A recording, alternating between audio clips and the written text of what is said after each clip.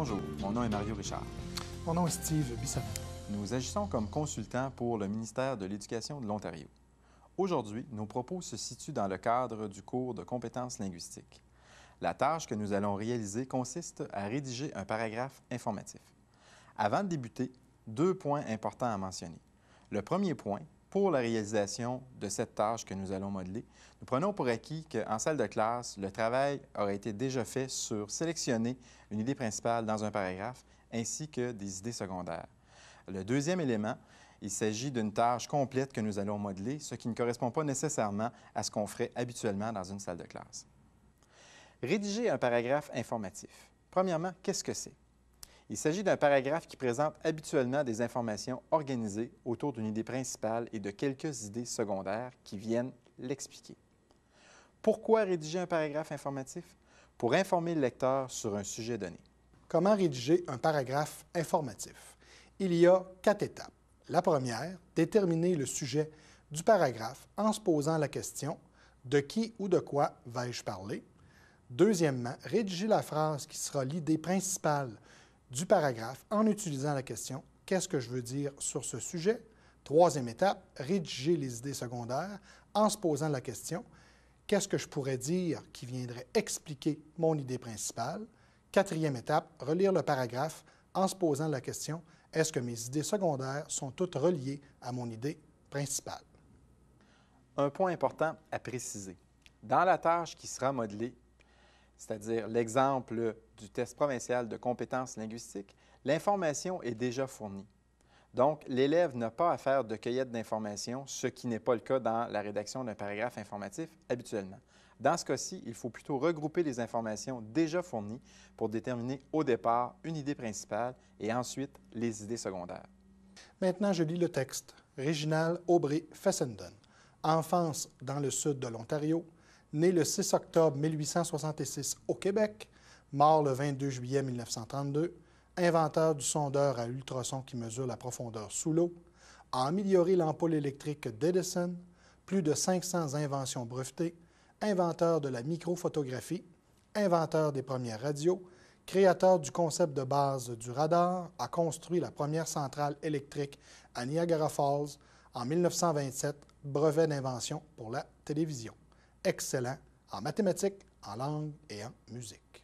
Après avoir lu les informations fournies, je constate qu'on me présente un personnage. Donc, si je me pose la question « De qui ou de quoi vais-je parler dans ma rédaction? » je vais parler de ce personnage qui se nomme Réginald Aubry Fessenden. Qu'est-ce que je peux dire à propos de lui?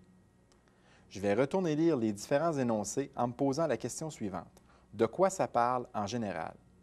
Ceci me permettra ainsi d'identifier l'idée principale du paragraphe. De quoi ça parle en général? Je constate qu'il est écrit « Plus de 500 inventions brevetées, enfance dans le sud de l'Ontario, né le 6 octobre 1866 au Québec. » Je vais donc dire que Fessenden est un inventeur canadien qui a inventé plusieurs choses. Je rédige la phrase qui sera l'idée principale du paragraphe. J'écris « Fessenden est un inventeur canadien très productif. Il compte à son actif plus de 500 inventions brevetées. »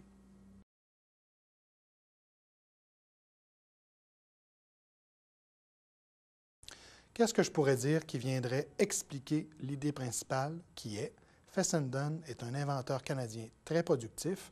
Il compte à son actif plus de 500 inventions brevetées. Je conserverai comme idée secondaire seulement des exemples d'inventions de Fessenden comme inventeur de la microphotographie, inventeur des premières radios, etc. Je constate qu'il y a beaucoup d'idées secondaires. Est-ce que je peux en regrouper quelques-unes dans une même phrase? Je pourrais regrouper dans une même phrase les idées secondaires qui contiennent des éléments redondants comme inventeur de la microphotographie, inventeur des premières radios et inventeur du sondeur à ultrasons qui mesure la profondeur sous l'eau. Je rédige les phrases qui seront les idées secondaires. Je rédige une première phrase contenant les 3 idées secondaires que j'ai sélectionnées.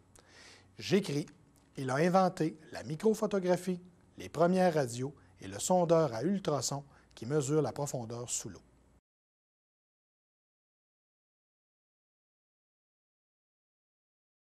Est-ce que je peux regrouper les idées secondaires qui restent?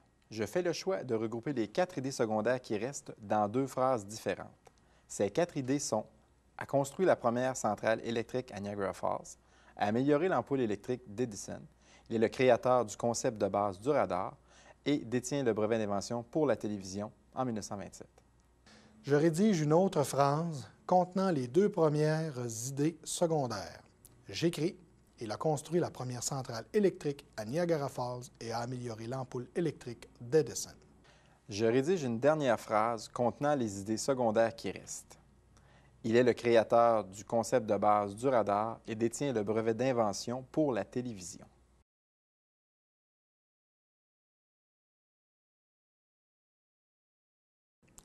Je relis le paragraphe en me posant la question suivante.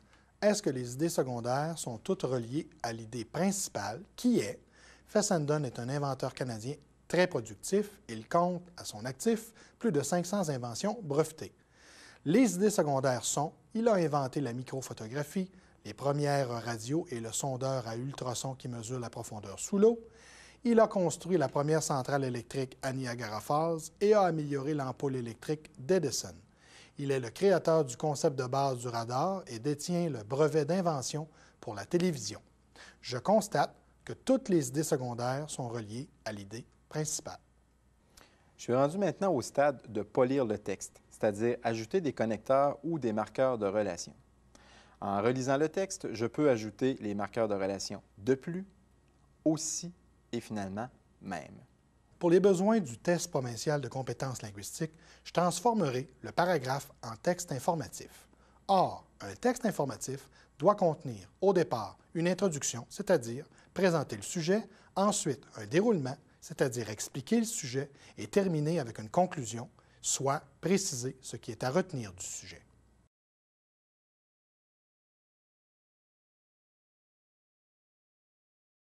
Afin de vérifier l'introduction, je me pose la question « Est-ce que le sujet est bien présenté? » Je relis la première phrase du paragraphe. « Fessenden est un inventeur canadien très productif. Il compte à son actif plus de 500 inventions brevetées. » Je constate que cette phrase présente bien le sujet et le reste du paragraphe. Maintenant, pour l'étape du déroulement, je me pose la question « Est-ce que le sujet est bien expliqué? » Oui, il est bien expliqué parce que toutes les idées secondaires constituent des exemples de Fessenden. Je vérifie maintenant la conclusion en me posant la question suivante. Ce qui est à retenir du sujet est-il précisé? À la lecture du paragraphe, je constate que je n'ai aucune précision concernant les éléments à retenir, donc je dois rédiger une conclusion. Qu'est-ce qui est à retenir de Réginald Aubry Fessenden? 2 choses. Premièrement, la quantité impressionnante d'inventions qu'il a réalisées et deuxièmement, leur diversité. Je rédige une phrase de conclusion. J'écris « La quantité et la diversité des inventions de Réginald Fessenden sont fort impressionnantes. » Pour polir le texte, je peux ajouter à la dernière phrase le marqueur de relation en conclusion, ce qui donne en conclusion la quantité et la diversité des inventions de Réginald Fessenden sont fort impressionnantes. En terminant, l'enseignement du texte informatif doit être précédé par l'enseignement du paragraphe informatif. Dans cet exemple, nous avons modelé seulement la première étape de l'enseignement explicite. Avec les élèves, il faudrait y ajouter la pratique dirigée ainsi que la pratique autonome. De plus, pour devenir compétent, il faut offrir aux élèves de multiples occasions de pratiquer.